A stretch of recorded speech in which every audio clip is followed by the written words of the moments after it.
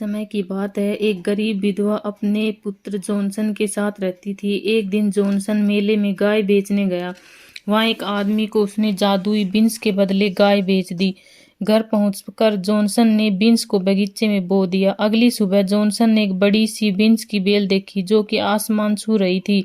जिज्ञासावश वह ऊपर चढ़ने लगा और चढ़ते चढ़ते एक महल में पहुंच गया। उसके सामने एक परी ने प्रकट होकर कहा, एक दैत्य ने तुम्हारे पिता की हत्या कर उनका सारा धन हड़प लिया था। उसने तुम्हारी माता को धमकी दी थी कि वह किसी को कुछ न कहे। जाओ अपना बदला लो और उसकी सारी संपत्ति तुम्हारी होगी। परी ने उसे मार्ग दिखाया और गायब हो गई।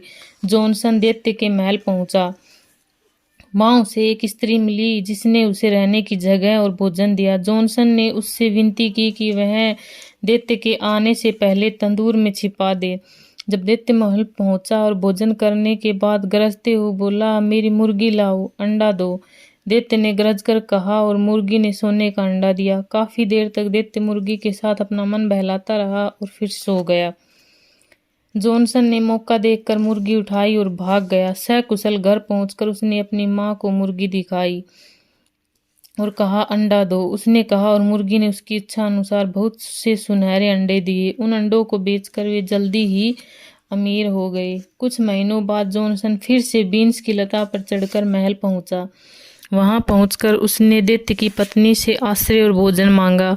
जब दैत्य ने प्रवेश किया तो उसकी पत्नी ने लड़के को अलमारी में छिपा दिया।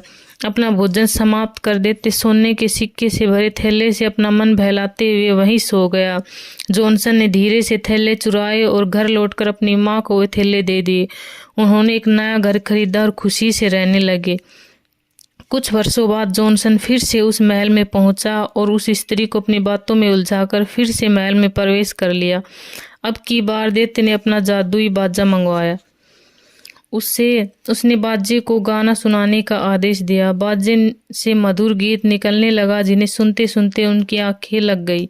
अवसर पाते ही जॉनसन ने बाजा उठाया और भागा, पर बाजे ने पुकार लगाई, बचाओ बचाओ।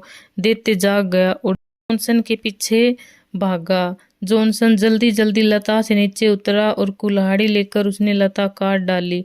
दैत्य नीचे गिरकर मर गया। तभी परी प्रकट हुई और उसने जॉनसन की मां को सारी बात समझाई। उन्होंने परी का धन्यवाद किया और प्रसन्नता पूर्वक साथ रहने लगे।